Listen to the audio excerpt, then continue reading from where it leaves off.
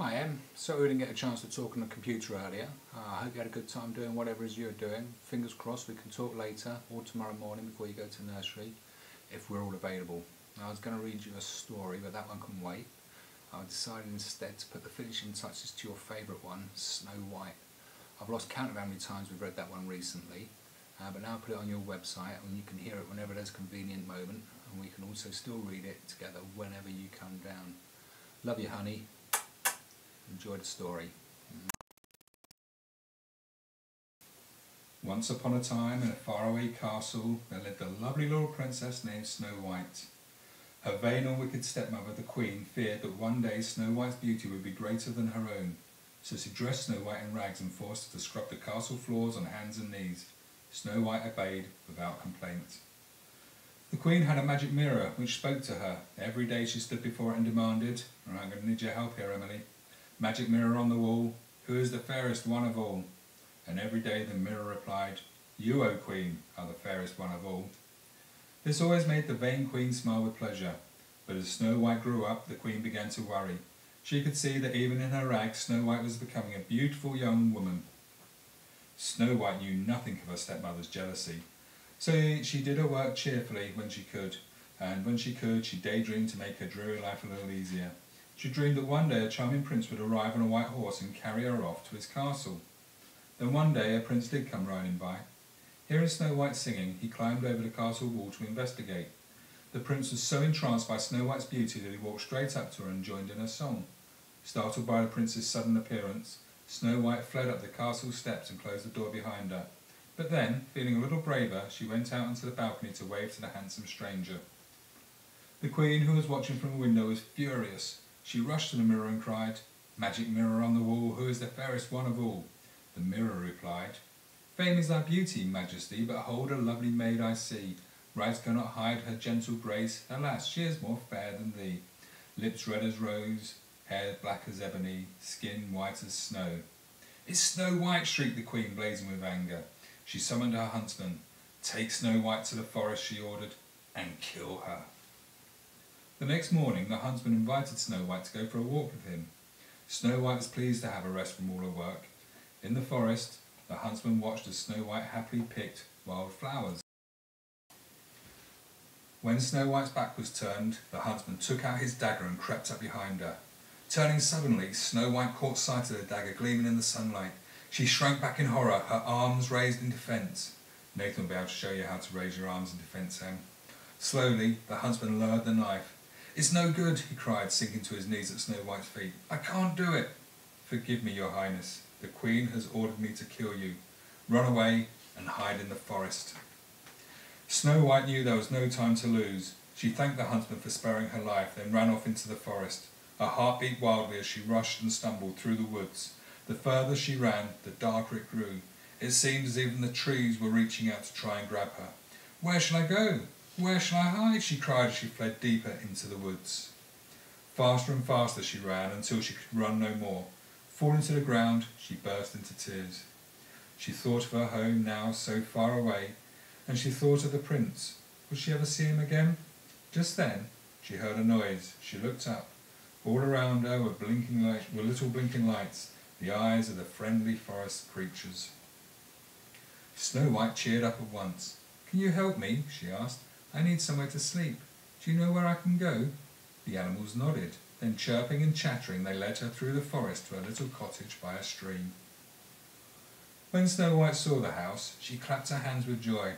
"What a lovely cottage!" she exclaimed. "It's so small and cosy. Who lives there?" The animals didn't answer. They just gently nudged her forward. She crept up to the door and knocked. There was no answer. "Perhaps I'll just peek inside," she said, opening the door. Everything inside the house was tiny. "Oh my," said Snow White. "The children who live here must have no mother to look after them. Look at all the dust and cobwebs. Now that I'm here, perhaps I'll just tidy up a bit." Soon, not only Snow White, but all the animals too were busy dusting and sweeping. A rabbit held the dustpan for Snow White, and the two squirrels unravelled cobwebs and dusted the shelves with their tails. When everything downstairs was neat and clean, Snow White decided to take a look upstairs. Holding a candle, Snow White followed her friends up the stairs. There she found 7 small beds all lined up in a row, and names carved onto each one. They were Happy, Dopey, Grumpy, Sneezy, Sleepy, Bashful and Doc. What funny names these children have, said Snow White. Suddenly she yawned. Sleepy. I'm feeling a bit sleepy myself, perhaps have a little nap. She lay down on one of the beds, and before she could say another word she was fast asleep. The animals crept out quietly, leaving the tired princess to rest. Meanwhile, in a nearby mine, 7 little men were finishing their day's work. They were dwarfs who lived in a little house in the forest. Every morning at dawn, the dwarfs left their home to go and search for diamonds in a tunnel that they had dug deep inside a mountain. They sang as they worked. We dig, dig, dig, dig, dig, dig, dig from early morn till night. We dig, dig, dig, dig, dig, dig, dig up everything in sight. Now it's time to stop their work and set off home. Now, I think it's just as well as stopping the work, because he's going to hit himself in the head, don't you think, Ken? No, of course he won't. Carrying their pickaxes on their shoulders, the dwarfs marched through the forest in a line. Hi-ho, it's home from work we go, they sang. Doc, holding a lantern, led the way. Behind him was Grumpy, then Happy, Sleepy, Sneezy, Bashful, and last of all, Dopey. The 7 tired and hungry dwarfs were looking forward to reaching their snug little home. Suddenly Doc stopped in his tracks. What, achoo, wrong, asked Sneezy. Look, said Doc, pointing towards the house. There's a light in the window. Oh no, someone must be inside, squeaked Bashful in his tiny voice. I'm tired, let's go in, said Sleepy with a yawn. Careful, men, whispered Grumpy. It might be a robber. The dwarfs tiptoed up to the house and slowly pushed the door open, taking care not to make a sound. All 7 of them peered round the door at once. They were speechless. Never had they seen their home looking so spotless. They could hardly believe their eyes. Gosh, said Bashful, our cobwebs are missing. Someone's stolen our dishes, said Sneezy, looking in the empty sink. They're not stolen, said Happy. They've been hidden in the cupboard. Said Grumpy. We'd better find the person who did this. Let's look upstairs, said Sleepy, who was worried about his bed. The dwarfs crept up the stairs, ready for battle. As they entered the bedroom, they saw a large shape sprawled across their beds. Quick, let's kill it before it wakes up, said Grumpy. The dwarfs moved closer to the bed, their pickaxes ready to strike. Shh, whispered Doc, it's moving.